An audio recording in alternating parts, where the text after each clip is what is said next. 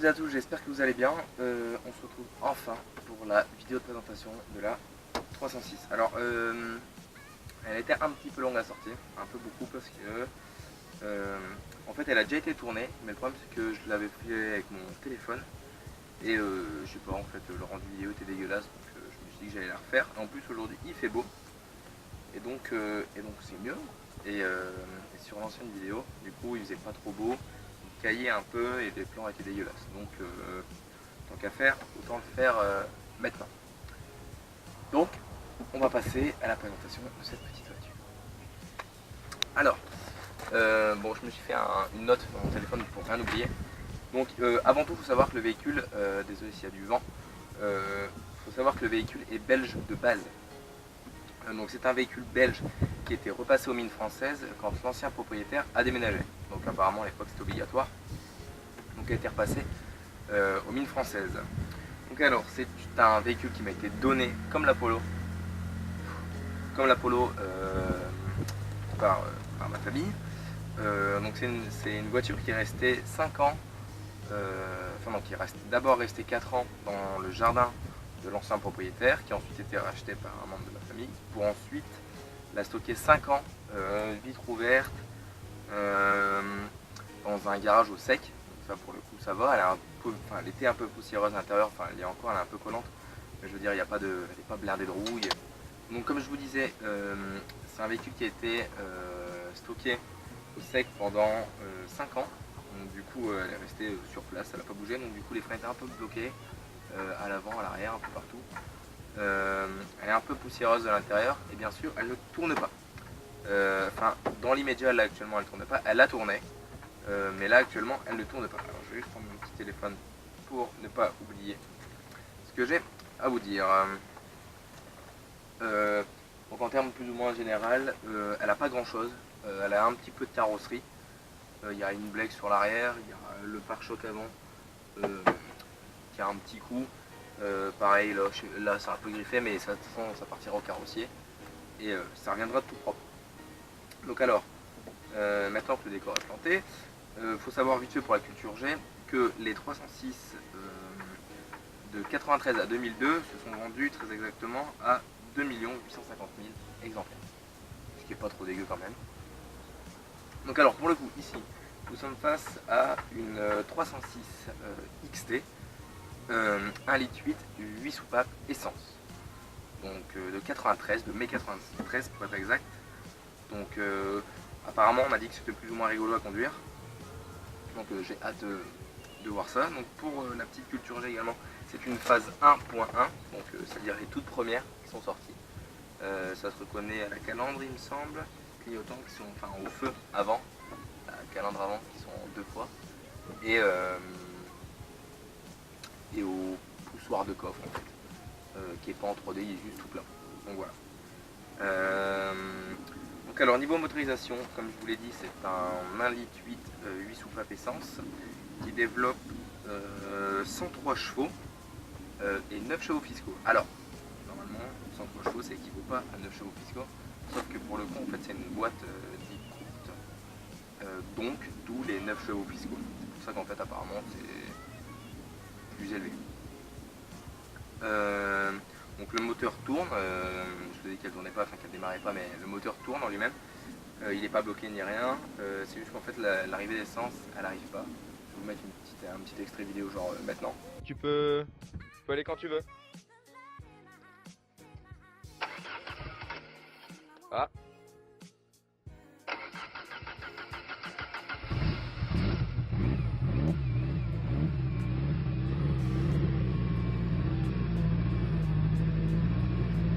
Vous avez pu le voir, elle démarre quand on met une nourrice, donc à mon avis la pompe essence elle doit être collée ou carrément pourrie. De toute façon j'ai l'intention de tout changer, donc c'est pas très gênant. Elle a pas de peau actuellement, vous avez dû l'entendre sur la vidéo, donc elle a pas de peau. Ça fait un bruit monstrueux, donc les voisins sont pas contents, mais bon, c'est pas grave. Donc pour ce qui est de l'extérieur maintenant en termes de carrosserie, elle possède un pare-choc avant bien spécifique, assez rare, qui s'est vendu essentiellement comme je vous l'ai dit en Belgique et en Hollande. mais plus en Hollande qu'en Belgique, d'où le fait que ça soit difficile d'en trouver en France. Donc elle possède un pare-choc avant, des bas de caisse, ça il y en a un petit peu, enfin c'est pas trop dur à trouver apparemment, donc des bas de caisse, un spoiler arrière, un pare-choc arrière aussi spécifique et un jeu de jantes BBS et pour finir des bavettes de roues que je n'ai pas qu'il va falloir trouver. Donc en termes de carrosserie elle est plus ou moins propre, il y a quelques blecs à droite à gauche, mais bon ça c'est pas trop gênant. Donc pour le coup, comme je viens de vous le dire, le kit en ensemble est assez rare parce que comme je vous l'ai dit, c'est une voiture qui se vendait pas en France, ou tout au moins pas beaucoup, donc c'est plus répandu en fait en Belgique ou en Hollande. A savoir que toutes les options qui sont là sont d'origine, c'est pas du KK Tuning, tout était d'origine au catalogue Peugeot à l'époque, donc en 96 pour le coup. Niveau intérieur, elle possède un intérieur beige, franchement pas dégueu d'ailleurs parce qu'il est pas trop commun, enfin il est aussi rare que le kit carrosserie en fait. Impala, qui était présent sur les 306 XT ou ST de 93 ou 94 et également sur certaines 306 griffes ou 309. Pour ce qui est de l'intérieur, j'ai pas beaucoup plus d'informations, mis à part qu'il faut absolument pas que je casse une pièce parce que sinon je vais chier des bulles pour en trouver une. Parce que comme je vous l'ai dit c'est introuvable, j'ai tapé intérieur Impala beige 306 machin sur Google, mis à part la bagnole l'Impala j'en trouve pas, donc c'est un petit peu compliqué. Donc voici pour le tour général de la voiture. Donc pour ce qui va être fait sur ce véhicule, partie moteur, une remise en route on va dire convenable du truc. En fait ce que je vais faire c'est que je vais la démarrer, je vais la faire tourner un petit peu en nettoyant le réservoir, la pompe, tout ça. Je vais la faire tourner sur place, en fait, on va dire.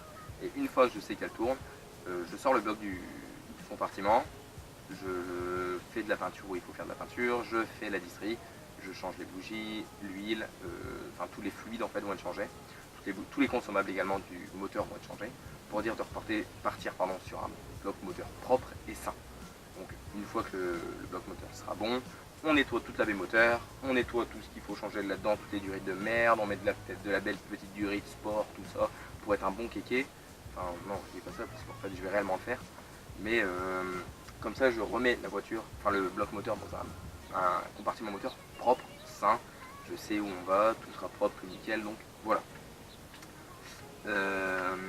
C'est un moteur que je vais essayer de fiabiliser un petit peu, donc je sais pas encore exactement comment, d'ailleurs je vais me renseigner à droite à gauche, mais admettons avec un petit filtre à air sympa, un petit fiabilisé tout en restant un peu dans l'esprit un peu agressif en soi du véhicule. Pour ce qui est de la carrosserie par contre il va y avoir un petit peu plus de taf, je pense pas faire une peinture complète tout de suite, tout au moins, mais des retouches, enfin des fondus du coup on appelle ça, vont être faits à droite à gauche, donc comme vous pouvez le voir, sur le toit ouvrant il y a de la rouille autour, donc ça va être traité et repeint.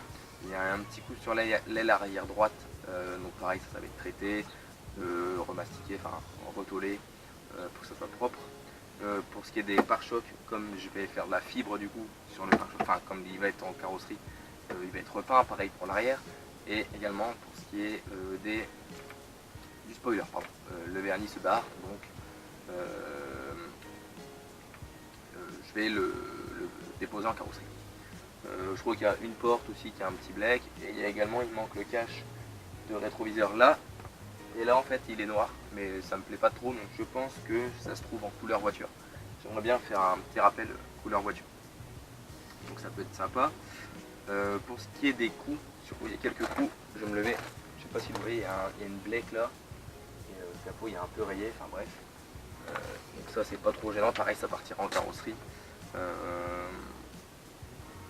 Ou à moins que si je trouve un capot de la même couleur, ça me coûte moins cher de le changer que de le refaire peindre.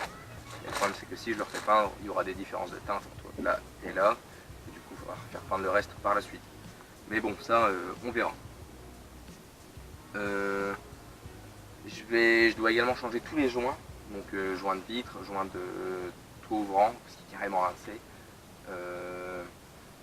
pare-brise, tous les joints sont complètement rincés, tout sec, tout, même les intérieurs de porte, tous les joints de la, je vais appeler ça la partie cycle, vont être changés pour du neuf, pour dire de faire l'étanchéité comme il faut, parce que là j'ai mis un récupérateur d'humidité intérieure, parce que bon, elle dort sous bâche, hein, mais comme il fait beau, je la sors un petit peu, ça permet de la faire sécher, mais sinon elle était super humide à l'intérieur, il y avait un genre de moisissure sur le volant, donc c'était pas ouf. Pour ce qui est des jantes, en fait c'est des jantes alu forcément, BBS, en une partie, non pas trois parties. Alors elles sont oxydées, le vernis bar en fait c'est la rouille de l'alu. Ce que je vais faire c'est que je ne sais pas encore exactement si je les fais polir pour ensuite les revernir par-dessus. Ça sera fait par quelqu'un hein, bien sûr. Les faire polir pour les faire revernir, donc ça sera chrome. Ou alors ce que je fais c'est que je les fais peindre en gris métallisé avec bien sûr un vernis qui va bien par au-dessus. Donc ça je sais vraiment pas encore, ou peut-être même faire des centrages noirs, enfin je sais pas, faut ça réfléchir. Va falloir trouver des caches BBS parce que j'en ai que deux avant gauche et un qui traîne dans le coffre, dans la boîte à gants pardon. Donc, il va falloir trouver des caches BBS, je vais pas en chier un petit peu je pense. Il va falloir que je rafle eBay dans tous les sens du terme et que je sois à l'affût de chaque occasion, mais bon, ça devrait aller. Je pense teinter mes feux. Comme je vais faire sur la Polo, parce que bah, j'aime bien le style, ça fait un peu plus agressif. Pareil pour les anti-brouillards ici. Je pense également la rabaisser, enfin, lui mettre des bons petits amortisseurs à la rigueur un peu plus rabaissés, sport, pour dire qu'elle tienne bien la route, avec des petites barres anti-rapprochement pour pas que la caisse bouge. Je pense également l'élargir un petit peu, mettre des petites cales sympathiques pour que les jantes viennent à fleur d'ailes. Ça peut être sympa, de toute façon c'est la voiture que j'ai envie de faire sympathique et tout en restant plus ou moins d'origine catalogue Peugeot quoi. Donc ça, et puis une petite ligne inox, ça peut être sympathique, parce que comme c'est un essence, ça chante bien, donc voilà, voilà. Je regarde si j'ai pas oublié quoi que ce soit. Oui bien sûr, je disais qu'en gros j'allais changer tout ce qui est cylindre bloc, tout le tralala. Pour ce qui est admettons des trains roulants avant et arrière, ce que je vais faire c'est que je mettrai la voiture sur cale, je descendrai absolument tout le train roulant et je remettrai tout à neuf en fait. Les pièces qui ne sont pas spécialement usées, par exemple le train à l'arrière, ça sera juste poncé et repeint quoi. Du coup on va pas s'emmerder à racheter un train si le mien est bon, mais par contre tout ce qui est durée de frein, tout ça, tout sera changé par du neuf, sauf si vraiment je suis en bon état et que bon, il n'y a pas nécessité de les changer. Pareil les étriers et les tambours seront repeints d'une jolie petite couleur, on a qui va peut-être faire ressortir un petit peu, enfin je sais pas, mais je veux dire tout sera propre, tout sera neuf, tout sera bien repeint, propre, nickel. Donc voilà, c'est plus ou moins tout pour la présentation de la 306. N'hésitez pas à me demander dans les commentaires des informations sur la voiture. Je remercie d'ailleurs Guillaume et le groupe en général, l'Amical 306 sur Facebook, parce que c'est eux qui m'ont bien aidé à prendre des renseignements là-dessus, parce que comme moi je suis encore chez VV, hein, mais je connais pas trop les 306 en général. Donc voilà, donc j'espère que la vidéo vous a plu, n'hésitez pas à lâcher un petit like si vous êtes sur la chaîne justement pour voir ce projet démarrer. J'ai une alternance pour l'année prochaine, totalement à part, mais j'ai une alternance pour l'année prochaine, donc de l'argent qui va rentrer, donc l'avancement sur la voiture, donc voilà, donc vous savez que ça va arriver, laissez-moi juste le temps de terminer mon BTS et de prendre du lait, tout simplement. Donc j'espère que la vidéo vous a plu, n'hésitez pas à lâcher un petit like, un petit commentaire pour dire ce que vous pensez de tout ça. Et on se retrouve très bientôt, très certainement pour une nouvelle vidéo sur la Polo. Je dois changer mes rotules de direction, la rabaisser parce que j'ai mes amortisseurs, mettre les petites barres anti-rapprochement sympathiques et teinter mes feux. Donc voilà, j'espère que ça vous a plu, n'hésitez pas à vous abonner. Salut tout le monde.